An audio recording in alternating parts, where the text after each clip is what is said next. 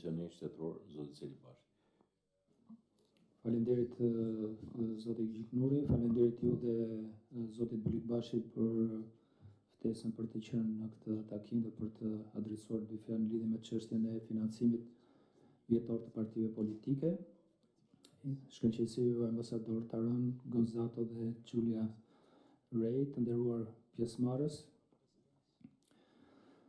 Në praktikë, sistemi i financimit politik shqiptar përballet me një sër sfidash dhe dobësish, të cilat në mungesë të zgjidhjeve efektive ligjore rrezikojnë të minojnë integritetin e procesit zgjedhor dhe funksionimin normal të demokracisë. Në Shqipëri ekziston një kuadër ligjor për financimin politik, i cili përbëhet nga ligji për partitë politike, si dhe dispozitat përkatëse të kodit zgjedhor. Analiza e praktikës së zbatimit të këtij legjislacioni, si dhe vlerësimet e vetë institucioneve tona tregojnë se ky kuadër ka përshllëqe, paqartësi dhe dobësi serioze, e për këtë shkak kërkohet ndërhyrje e menjëhershme dhe e gjerë. Problematikat nuk janë thjesht perceptime publike, ato janë evidentuar nga vetë Komisioni Qendror i Zgjedhjeve, por edhe nga bashkues të ndryshëm. Realiteti aktual tregon se financimi politik në Shqipëri është një problem kompleks dhe i pazgjidhur plotësisht. Përteç shifrave dhe mekanizmave ekzistues ligjor, thelbi i çështjes qëndron tek transparenca, llogaridhënia, barazia në garë dhe besimi i publikut. Më poshtë po rendis një listë të disa prej problematikave të evidentuara prej Komisionit Qendror të Zgjedhjeve të lidhura me financimin periodik pra vjetor të partive politike, si dhe rekomandimet përkatëse. E para ka të bëjë me mungesën e publikimit proaktiv dhe të transparencës së vazhdueshme në lidhje me financimin e partive politike. Partitë politike nuk vendosin në dispozicion të institucioneve përkatëse, si dhe të publikut, të dhënat e tyre financiare, përveç se në momentin kur KQZ i publikon raportet e tyre vjetore, si dhe ato të fushatës. Kjo do të thotë se transparenca realizohet vetëm në mënyrë pasive, qytetarët, anëtarët e partisë, por dhe votuesit nuk kanë akses të drejt për drejt dhe periodik në informacion.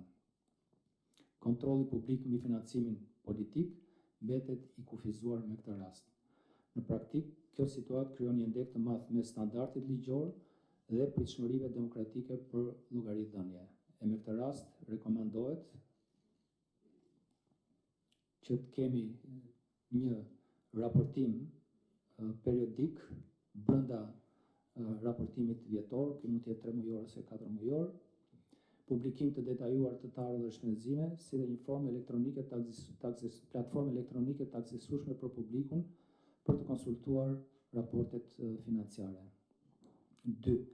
Auditim formal i partive politike, i cili është një auditim jo funksional, dhe kjo lidhet me një shpërndarje jo efikase të burimeve të kontrollit të auditimit të bërë nga Komisioni Qendror i Zgjedhjeve. Ligji aktual kërkon kontroll vjetor për çdo parti politike të regjistruar.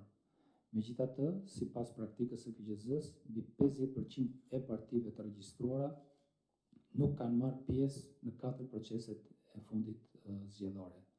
Mëtej akoma, nga 135 parti politike të regjistruara, 84 prej tyre nuk kanë dorëzuar raportin financiar vjetor për vitin 2024.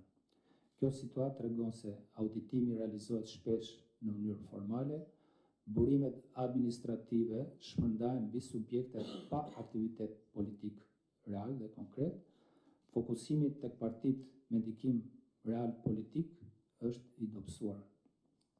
Vetë KQZ ka evidentuar nevojën për kalimin drejt auditimit të bazuar në aktivitet financiar, status aktiv dhe përfitim fondesh publike kryesisht.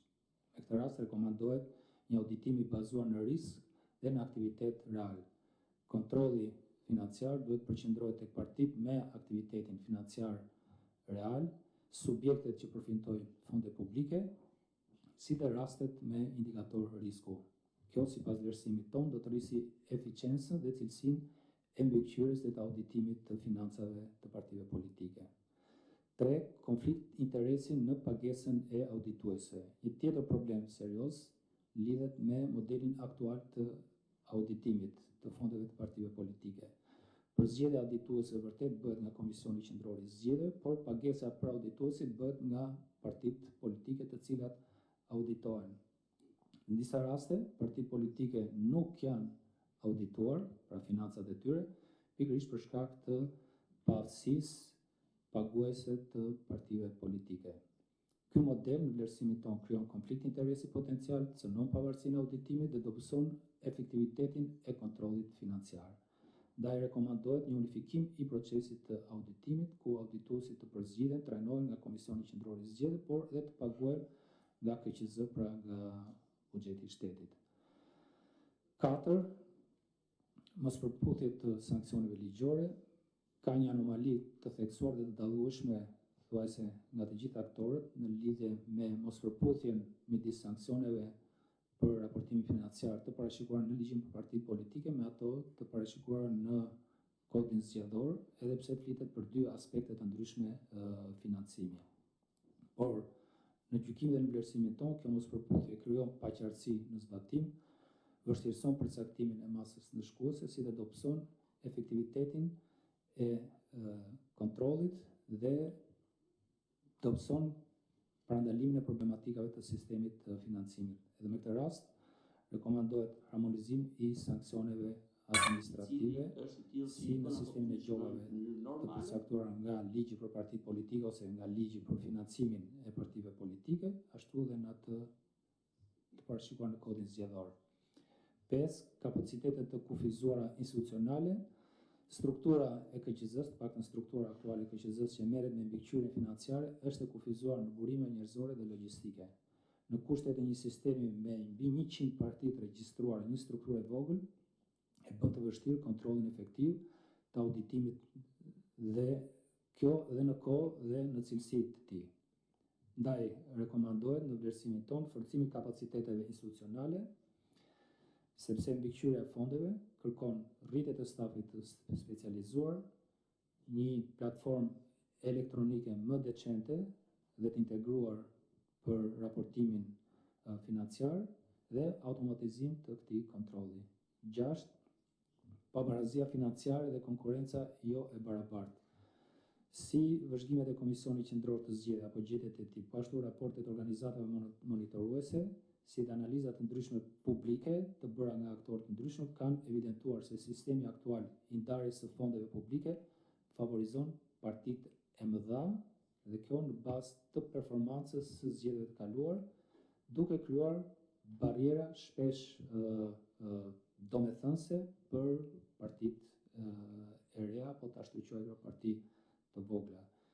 Në gjykim dhe në vlerësimin tonë, kjo ndikon drejt për drejtin në pluralizmin politik dhe në mundësinë reale për konkurrencë të barabartë. E për këtë arsye, ne rekomandojmë që financimi vjetor i partive mos jetë në raport 100% të drejtë me rezultatin e zgjedhjeve dhe ose vetëm me rezultatin e zgjedhjeve pararendse. Për të mos folur këtu dhe për çështjen e aseteve të tjera që lidhen me partitë politike, ka një diskriminim në këtë aspekt.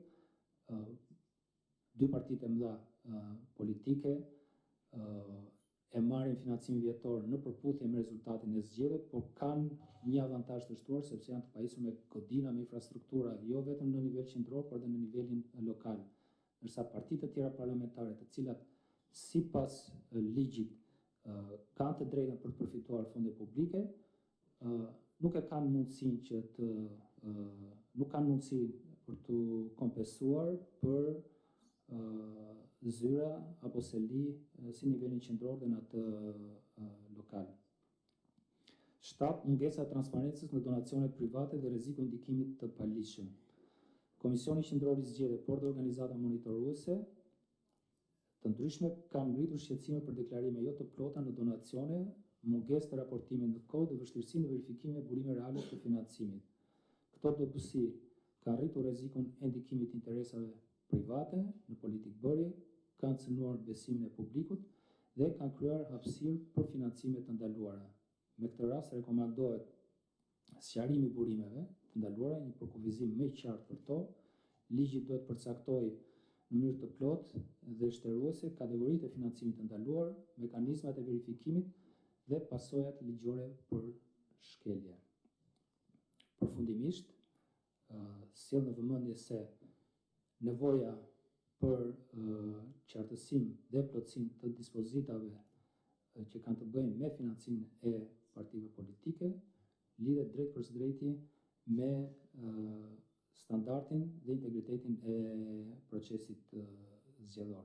Kur sistemi i financimit politik është i paqartë ose i dobët në zbatim, rritet perceptimi i korrupsionit, dobësohet besimi i publikut tek partitë politike, cënohet barazia në garë dhe shtëmbërohet konkurenca politike. Financimi i paqartë nuk është vetëm një çështje teknike, por ai prek drejt për drejti legitimitetin e sistemit përfaqësues.